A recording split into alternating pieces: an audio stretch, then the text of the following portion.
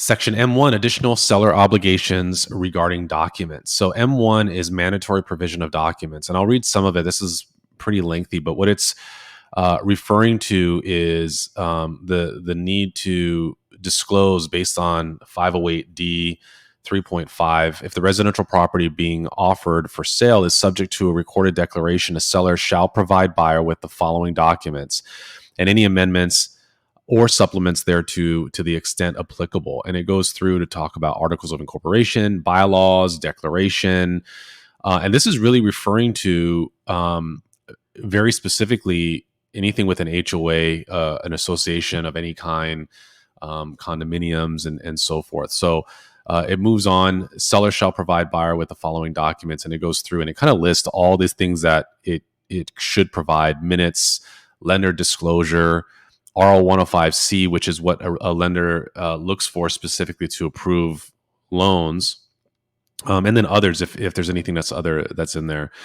And then it has some time frames in there that the seller shall provide them, and then an amount of time that the buyer has to review it. And then it goes into how they're going to be delivered. I highly recommend you do not select hard copies, and you do not select formatted on CD or DVD. You should just select electronically formatted documents via email and internet address where the documents are located. Select those two.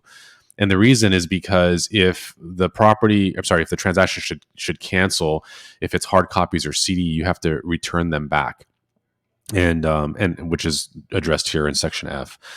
M3 is documents issued during escrow period. Seller shall provide buyer with any addition, supplements, modification, and amendments. So if they've already ordered those documents, and some of them are very date sensitive, such as minutes of last meeting or the finances and things like that could change on a monthly basis, or they just have an update. If there's a new assessment notification or some sort of memo, the seller needs to provide that in the form of a supplement or an amendment. And then R4, review of documents. Buyer is advised that brokerage firm's scope of service does not include the interpretation of documents provided. Brokerage firm recommends that the buyer consult with a licensed attorney and or CPA with expertise in real estate and so on and so forth. If you notice here in M1, there is no section such as you would see here where you can put an X or an NA.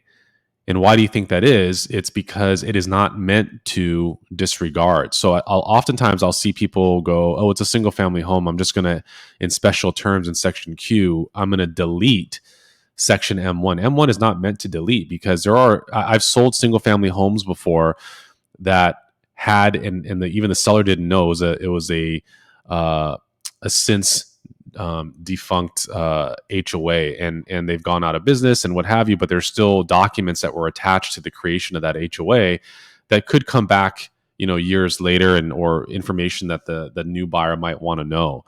So this whole section is not meant to delete. If it's not applicable, it's not applicable. It's pretty simple. So if there's nothing to provide, you just don't provide anything, but you don't need to NA section M1.